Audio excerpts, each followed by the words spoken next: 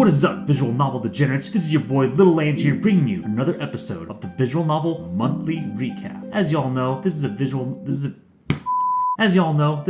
series where I highlight news related to visual novel releases and the community for each month. In this video, I'll talk about anything that happened in March of 2023, but before I do, make sure to leave a like and subscribe. It really helps with the algorithm, even though YouTube probably doesn't give a fucking shit about visual novel videos. Anyway, let's get on to the video. I want to give a huge shout out to It's Andrew XP for doing the editing for this video. Much appreciated. Feel free to give him a follow on his Twitter or YouTube's. This actually happened 2 months ago, but I wanted to absolutely make sure I talked about it in video form. But the Committee of Zero released the Chaos Head Noah Overhaul patch. If you didn't know, Chaos Head Noah released on Switch and on Steam a few months ago. However, there's been some controversies around it, like how originally users weren't even able to complete the true end, as the official release using what we call the censored version of Noah, where there were some scenes that were removed in future Japanese ports, and unfortunately we've gotten officially the version with the highest amount of removed scenes. Thankfully, this Noah Overhaul patch is quite possibly Committee of Zero's biggest patch to date. Not only does it have their own translation, which they believe is better than the official one, they fixed a lot of bugs that were in both the Steam and Switch releases. Speaking of, the patch is for both the Steam and Switch version and has English and Japanese language options. And as said earlier, they made sure to have all of the original content from the original 360 version in the Steam and Switch patch. So unless you have like no way of accessing this patch, it seems like it's pretty highly recommended to get this patch if you plan on reading Chaos Head Noah. Pyro Cyan announced that there's a fan translation for the prologue of Shoujo 3, the last episode. I'm going to guess they did this because it looks like Manga Gamer, the publisher that has been doing the Cartagra and Shoujo translations officially up to this point, hasn't even announced a full translation for Shoujo, the last episode. So with this patch, there's at least a way to read the prologue to hopefully quench your thirst while hoping for a full translation. The director of Mages, the publisher for things like the Science Adventures series, made a surprising announcement that it looks like the original 18+ version of is going to be ported to modern PCs. This is pretty nice news, as currently the only way to read the original visual novel is through a fan translation, and you have to go through a lot of hoops just to set it up. But if this porting goes well, if people prefer to read the original 18+ version of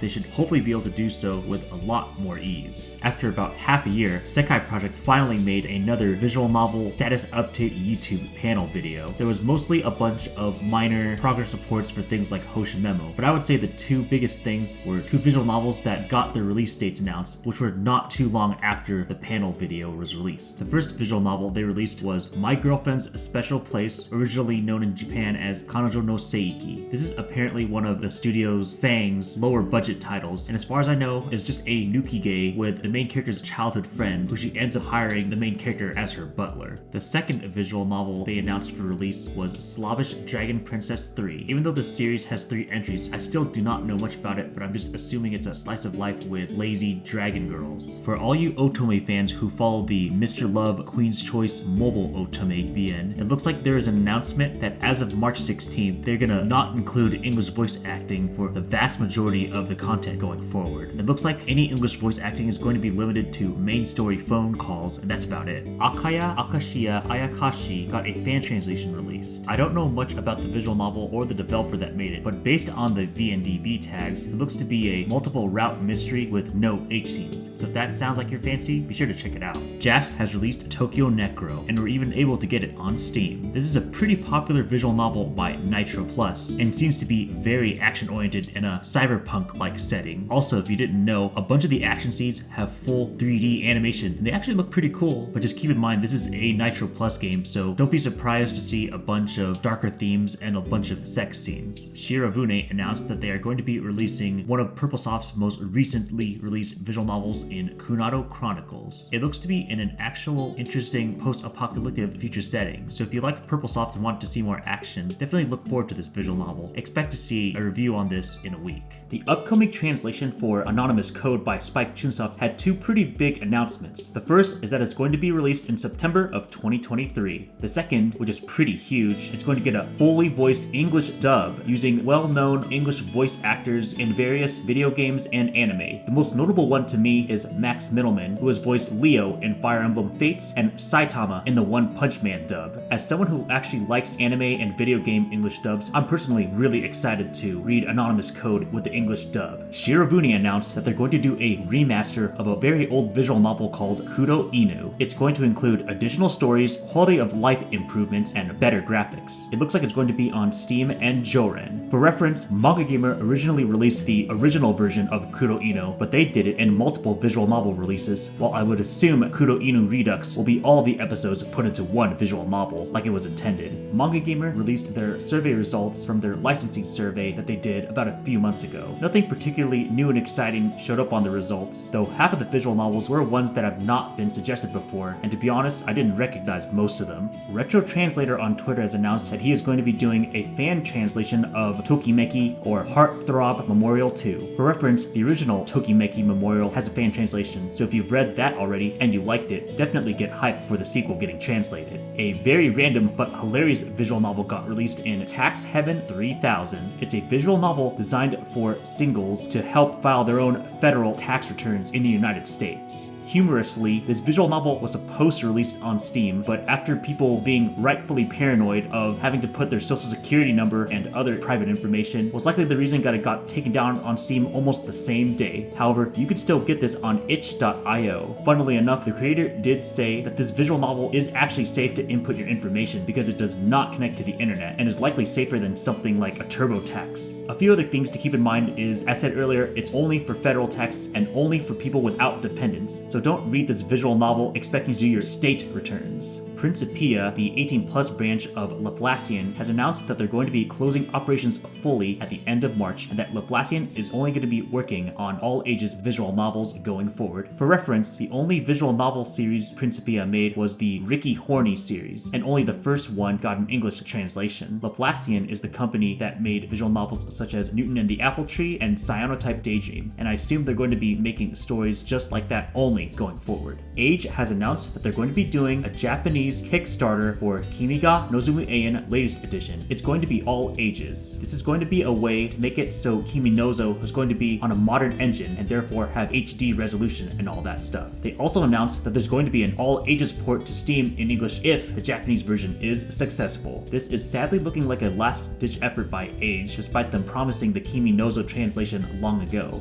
And that about wraps it up for March of 2023. As always, if you have any feedback, positive or negative, feel free to leave a comment below. I want to give a huge shout out to Marie Antoinette, who's now a 7-month member of the VN Weirdo member on my YouTube channel. As of this month, Dexter Boston Terrier has joined the VN Super Weirdo tier on my YouTube member channel. Much appreciated. Just keep in mind, if you're in the Super Weirdo tier, you get early access to my videos.